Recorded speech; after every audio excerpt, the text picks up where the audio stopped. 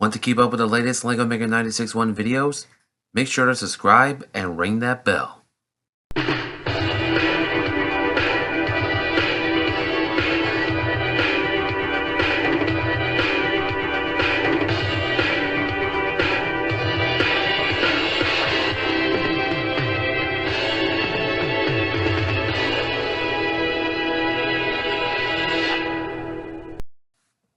Hello everyone, LEGO Mega 96.1 here with another video. And welcome back to another On This Day in History. It was on this day in history in the year 1865, Robert E. Lee surrendered the Army of Northern Virginia to Ulysses S. Grant and then the Army of the Potomac at Appomattox Courthouse in Appomattox, Virginia. Now, after a 9.5-month siege at Petersburg, Virginia, Lee decided to abandon the city and the defenses of Richmond in Virginia, the capital of the Confederacy itself, and moved west. Now, Lee's plan was to find Joseph E. Johnston's army and to link up with him. Now, Grant knew what Lee was going to do and what those two would do in advance. So what Grant did, he blocked Lee at every chance he got to slow Robert E. Lee down. But throughout those weeks leading up to April 9th, there were a few battles and skirmishes, and Confederates were dropping like flies. Meaning the Confederates were running out of supplies or running out of men. And Lee knew that he couldn't risk another battle and losing more of his soldiers. So what he did, he sent notes to Grant about surrender. Now, the perfect place was Appomattox Courthouse. And the building was once owned to a man named Wilbur McLean. Now, if the name doesn't sound familiar to you, it's the same guy who owned a residence at a place called Bull Run, or Manassas, as the Southern guys call it. Now, after Lee surrendered to Grant, Wilbur McLean can rightfully say that the war began in his front yard and ended in his front parlor. When Lee showed up at Appomattox on April 9th, he was well dressed in a spotless uniform with a gold sash and sword, and he was waiting for Grant, who shows up in a muddy uniform with no sword, wearing a soldier's sack coat with shoulder boards. Though, interesting fact, before discussing terms of surrender, Grant and Lee spoke about the war with Mexico. Now, mind you, the Mexican-American War raged from 1846 to 1848, and many of the Confederate and Union officers and generals actually fought in that war, from before politics drove the nation apart and, well, we got Civil War.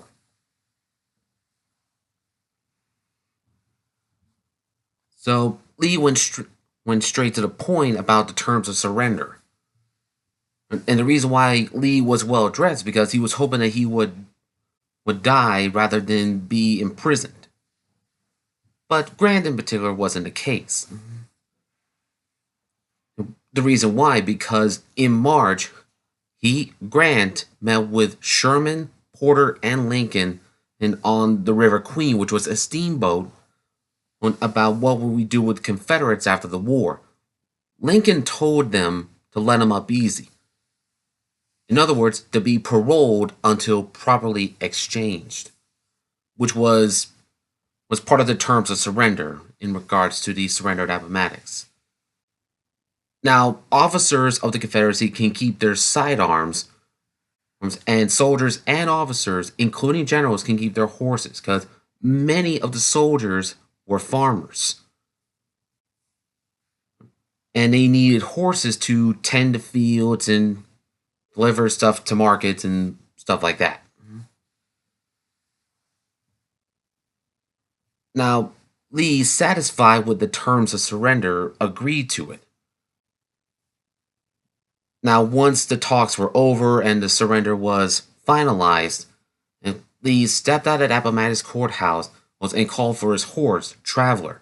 He clapped his gloves 3 times, and he mounted and his horse. But before we're going off, Grant tipped off his hat to Lee, and many of the officers and generals did the same, but Lee in particular just tipped his hat and just rode off.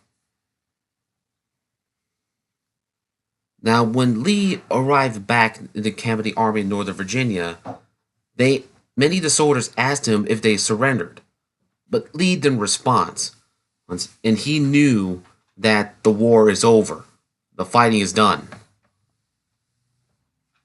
To the Union, it was jubilation. There were celebrations, guns going off, men cheering, bands playing, all that jazz. But when Grant hears this, he told the guys to knock it off, saying, "Lee surrendered, the South is our countrymen again." Now, to the South, it feels like they were humiliated, they were defeated, which they were. And I hate to tell you guys, to those in the South, but North won, and I'm sorry. Slavery is wrong, and you know it's wrong. Think about it. Now, with the surrender finalized, many of the Confederates knew that they would have to surrender their arms and their colors, their flags. Though there is one unit in particular called the 14th South Carolina who chose to bury their colors under rocks rather than surrender them to the Union. Although the flag was later retrieved, you still have to surrender everything to the Union. Well, one of the Grant reasons why, because Grant's terms of surrender was to the Confederates, they were swore to never take up arms against the United States. They had to be paroled until properly exchanged. That was one of the terms of surrender. Now, another reaction was General Meade. He was on his ambulance suffering an injury, and when he got the word of surrender, he mounted his horse and shouted to a line of federal troops saying that the war is over. And again, there was celebration. Now, the surrender took 3 days. Units after units came in, and they furled their colors, they stacked their arms, unbuckled their accoutrements, and they faded into the Virginia countryside, going home. Now, for stacking arms, mind you, well, they didn't just pile up their guns. No. What they did, they drilled on how to stack arms. It includes taking their rifles with bayonet fixed and making sort of like a tent. Now, there are several videos which you can find on stacking arms on YouTube, two which that I saw in regards to it. One of them was a 124th or New York reenactors and Civil War Digital Digest, to which I'm a subscriber of. But I'm not a member or on Patreon, to tell you the truth. If you haven't seen those videos, go check them out. They make really good Civil War content. Now, overseeing the Confederate surrender was the hero of Little Round Top, and one of the heroes of the Gettysburg battles, Joshua Lawrence Chamberlain, who was Brigadier General at the time. And leading them was Johnson. John B. Gordon, my mistake. It was John B. Gordon. Now, when the Confederates marched into Appomattox Courthouse, they were silent. They stood in formation and ordered their arms. And as one of the flag bearers went by, and every soldier just touched the flag one last time, because knowing that they fought hard, but they knew that it was over. So they stacked their arms, unbuckled their accoutrements, and they went off. But not before that Grant gave them rations and parole papers. Now, those papers were to specify that you can't take up arms against the United States anymore. That you to swear an oath of allegiance to the United States again. It took some time, but old wounds began to heal. And it was in those years of 1865, 1868, and 1870 in that the three amendments, to which were dubbed Civil War amendments, were issued. Now, those amendments were the 13th, 14th, and 15th Amendment.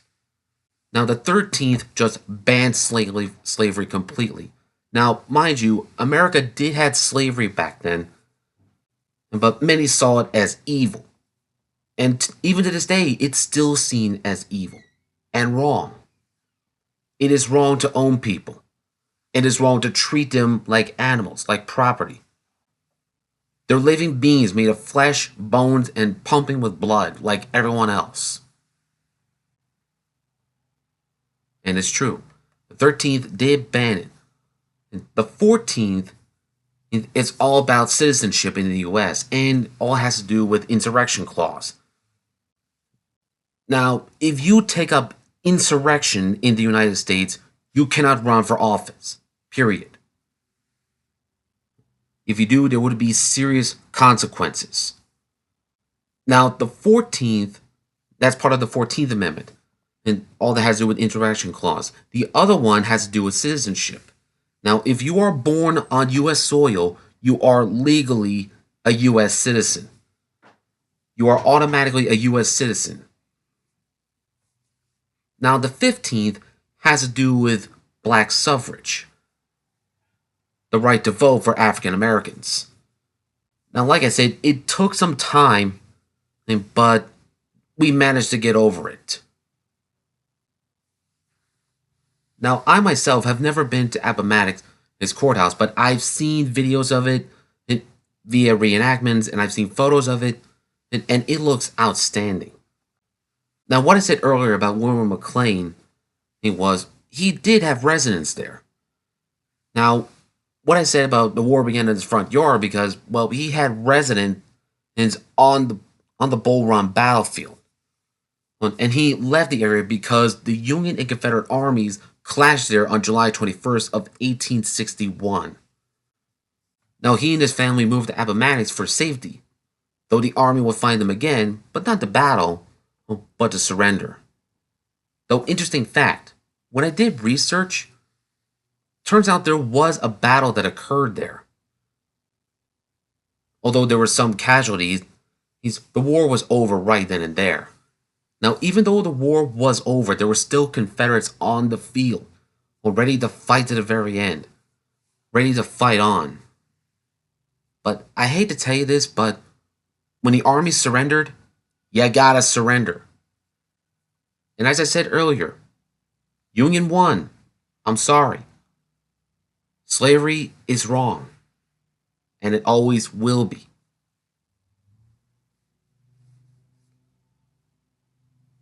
Now, the reason why the Confederacy lost was the Union had what the Confederacy lacked. The North had industries, we had manpower and equipment. And the reason why we have manpower is because, well, we had recently freed African Americans through the Emancipation Proclamation, which was issued on the new year, January 1st of 1863. And not only freed African Americans in slave rebellion, the Confederate South, but it also gave them the right to fight. Fight for the Union and the Navy, the Union Army and the Navy. Now, were there any black Marines in the Union Army? Let me phrase that. Were there any African American Marines in the Civil War? We don't know.